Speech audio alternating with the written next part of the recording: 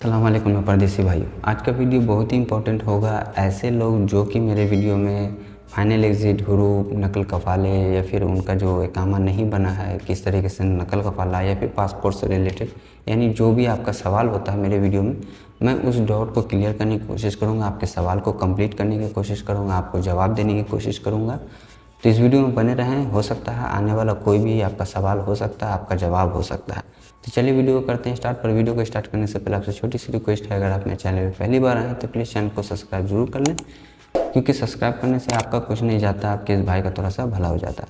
अब वीडियो पसंद आए तो एक लाइक दे करके नोटिफिकेशन बेल आइकन कॉल पे क्लिक ज़रूर कर लें, ताकि मेरा आने वाला हर वीडियो आप तक आसानी तक पहुँच सके, क्योंकि इस चैनल पर इस तरह का टेक्निकल वीडियो आप ही लोग के लिए अपलोड करता रहता हूँ। तो चलिए वीडियो को करते हैं स्टार्ट। तो यहाँ पे जो सबसे पहला एक सवाल है मेरे भाई का कि मैं भाई माई passport expire on 26/11/2024 but don't I need final exit. तो देखिए इनको जो है, इनका सवाल है कि मेरा पासपोर्ट जो है इस तारीख को मतलब एक्सपायर हो जाएगा, लेकिन मुझे जो है फाइनल एग्जिट की ज़रूरत नहीं है। तो इनका थोड़ा सवाल जो है आधा अधूरा है, मैं पूरा कर देता हूँ। देखिए अगर आपका पासपोर्ट एक्सपायर है तो इससे आपके फाइनल एग्जिट से कोई मतलब नहीं होता। फाइनल एग्ज़िट का मतलब कब होता है कि आपको जब आपका इकामा एक्सपायर हो तो आपका फाइनल एग्ज़िट नहीं लगता। आपका इकामा ज़रूरी होना चाहिए, यानी कि कम से कम मिनिमम आपका 35 दिन इकामे में टाइम होना चाहिए, तभी आपका फाइनल एग्ज़िट अप्लाई होता है। पहली बात हो गई। दूसरी बात होगी, मान के चलिए आपका इकामा भी 35 दिन बाकी है, आपका पासपोर्ट एक्सपायर है, अब आप अपना फाइनल एग्ज़िट लगाएंगे तो भी आपका फाइनल एग्ज़िट नहीं लगेगा, क्योंकि वहाँ पे आपको अपना पासपोर्ट को पहले अपडेट करना पड़ेगा। 90 डेज़ कम से कम आपका जो है बचा होना चाहिए आपके पासपोर्ट में, तब आपका फाइनल एग्ज़िट लगता है। तो उस केस में फिर आपको अपना पासपोर्ट पहले बनाना पड़ेगा। पासपोर्ट बनाने के बाद उसका नकल मालूमात करवाना पड़ेगा, उसके बाद ही आपका फाइनल एग्ज़िट लगता है। तो चलिए देखते हैं दूसरे कमेंट को।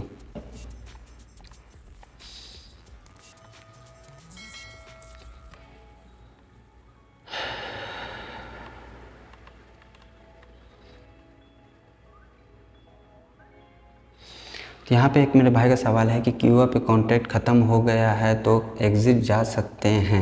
तो देखिए आपका अगर क्यूआ पे कॉन्ट्रैक्ट ख़त्म हो गया है तो लेकिन आपको जो है सबसे पहले आपको चेक करना पड़ेगा। ऐसा नहीं है, क्योंकि बहुत सारे लोग जब यहाँ पे अपना कॉन्ट्रैक्ट करके आते हैं तो 2 साल का कॉन्ट्रैक्ट करके आते हैं, लेकिन यहाँ जब सऊदी में आते हैं तो उनका कॉन्ट्रैक्ट क्यूआ पे 1 ही साल का होता है। तो इस केस में आप फाइनल एग्ज़िट नहीं जा सकते, यानी कि जो पेपर वर्क आपका पहले हो चुका है 2 साल का कॉन्ट्रैक्ट का, उसको कंप्लीट करके आपको फाइनल एग्ज़िट जाना पड़ेगा।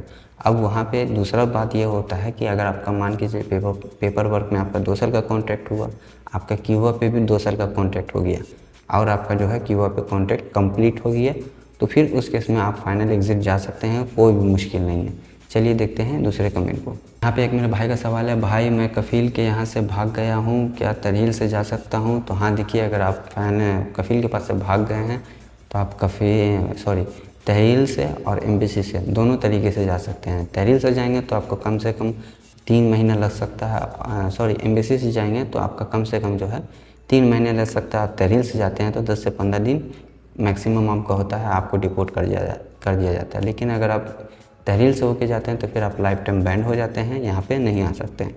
और अगर आप एम्बेसी से जाते हैं तो उस केस में आपके ऊपर मैक्सिमम 8 साल का ही बैंड लगता है, आप परमानेंट बैंड नहीं होते हैं। चलिए देखते हैं दूसरे कमेंट को। यहाँ पे एक मेरे चाहने वाले ने सवाल किया, तुम वीडियो तो अच्छा बनाते हो लेकिन तुम्हारी आवाज़ बाहर नहीं निकलती है। तो देखिए मेरे भाई लोग, हो सकता है मेरे वीडियो में आवाज़ का थोड़ा प्रॉब्लम हो, क्योंकि मैं माइक तो ख़रीदता हूँ, वो कुछ ही दिन चलता है, फिर मुझे नया माइक ख़रीदना पड़ता है, तो जिस वजह से थोड़ा सा माइक का इशू रहता है। इस वजह से अगर आपको इस तरह का परेशानी हो तो उसके लिए मैं सॉरी चाहता हूँ। चलिए देखते हैं दूसरे कमेंट को। तो यहाँ पे एक मेरे भाई का सवाल है, भाई मेरा इकामा एक्सपायर है, जब जहाज से फाइनल एग्ज़िट लग जाएगा क्या? तो देखिए भाई, जिन लोगों का भी इकामा एक्सपायर होता है उनका डायरेक्ट जब जहाज से फाइनल एग्ज़िट नहीं लगता है।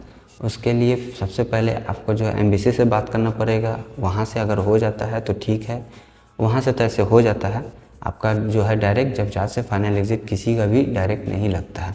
ठीक है मेरे भाई, तो उसके लिए आपको जो है एम्बेसी में जाना पड़ेगा, एम्बेसी से ही आपका फाइनल एग्ज़िट लगेगा, और कोई तरीका नहीं होता।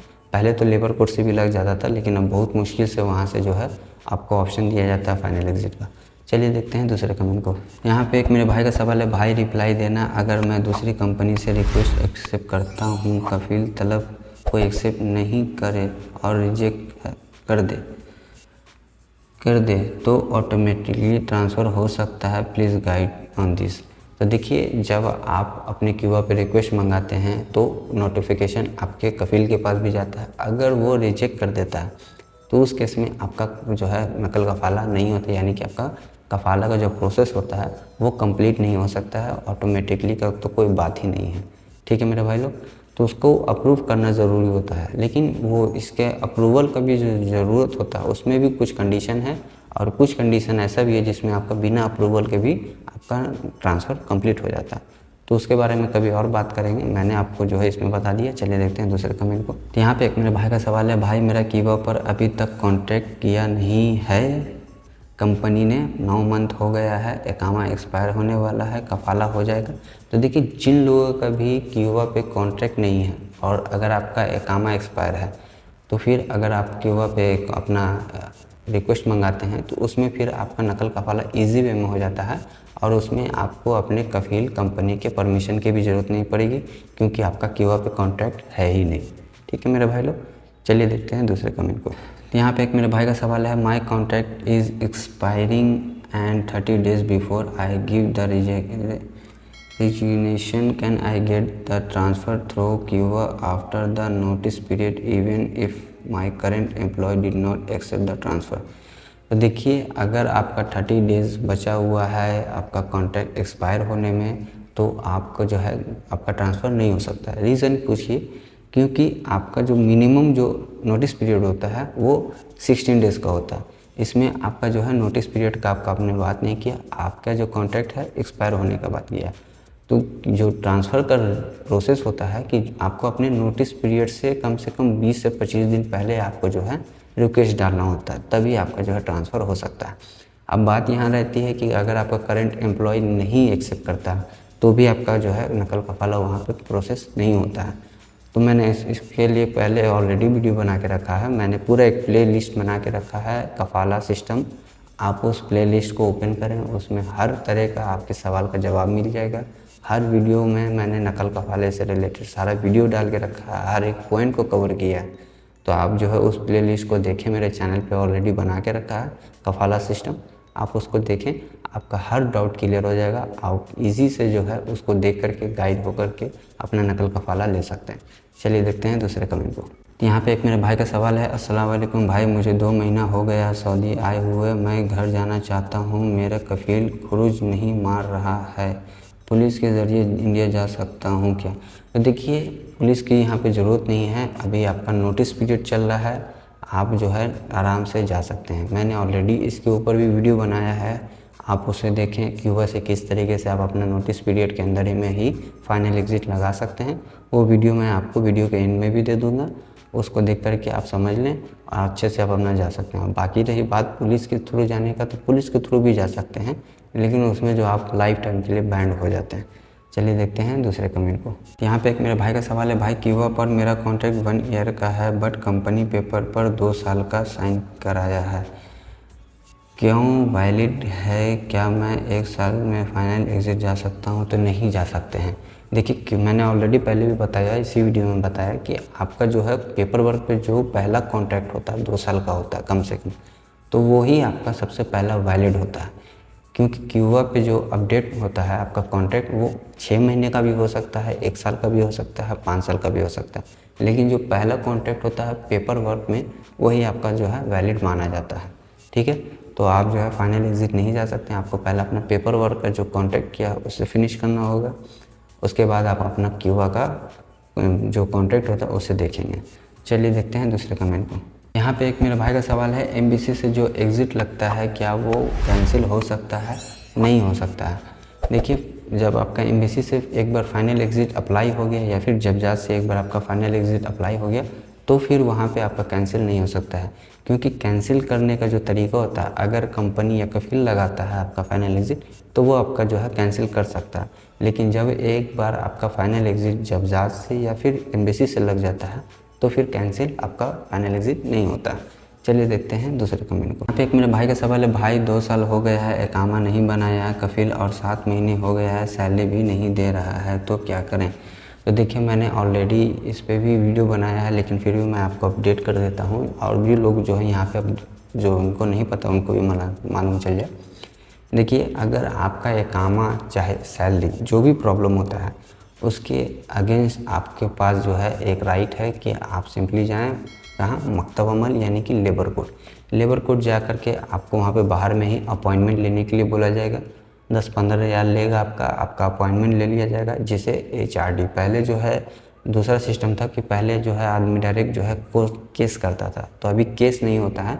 अभी क्या कर दिया गया है, आपको HRD का जो है अपॉइंटमेंट लेना पड़ेगा, ministry of human resources department का। तो उसमें जो है आपका अपॉइंटमेंट लिया जाएगा। उसमें एक जो फ्रेंडली टॉक, केस नहीं होता है वो फ्रेंडली टॉक होता है। तो फ्रेंडली टॉक जो होगा उसमें आपका कफील होगा, आप होंगे और ऑफिसर होगा। वो एक ही बार जो है आपका अपॉइंटमेंट बुक होगा, एक ही डेट पड़ेगा, उसी में आपका सारा फाइनल हो जाएगा, उसी में आपको जो भी आपका सिस्टम प्रॉब्लम होता है उसे सॉल्व हो जाता है। तो ये बहुत अच्छी अपडेट आई है अभी के डेट में, पहले तो नहीं था, ये अभी का अभी जो है अपडेट आया है।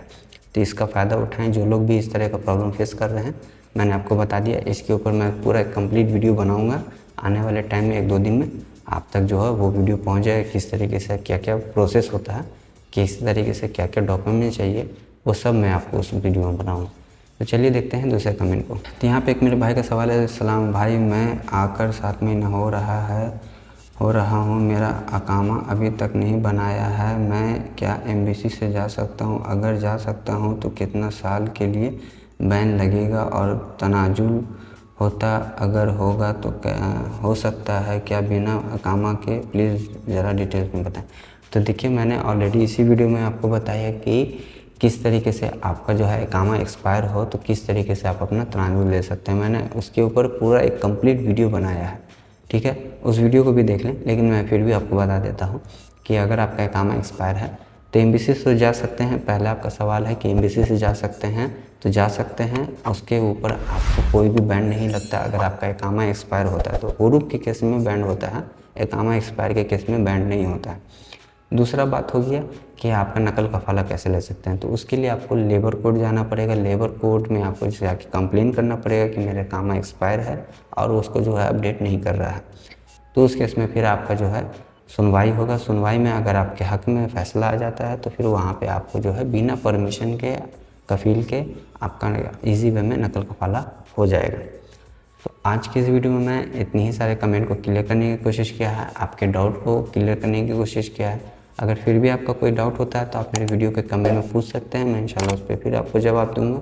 अगर आपका सवाल ज़्यादा बड़ा हो आप मुझसे फेसबुक या इंस्टाग्राम पे बात कर सकते हैं, मैं इंशाल्लाह उस पर भी आपको गाइड करने की कोशिश करूँगा। तो आई होप कि मेरा वीडियो आपको पसंद आया। अगर पसंद आए तो प्लीज़ चैनल को सब्सक्राइब जरूर कर लें। वीडियो पसंद आए तो एक लाइक दे करके नोटिफिकेशन बेल आइकन कॉल पर क्लिक ज़रूर कर लें ताकि मेरा आने वाला हर वीडियो आप तक आसानी तक पहुंच सके, क्योंकि इस चैनल पर इस तरह का टेक्निकल वीडियो आप ही लोग के लिए अपलोड करता रहता हूं। तो चलिए फिर मिलते हैं नेक्स्ट वीडियो में एक नए टॉपिक के साथ, तब तक के लिए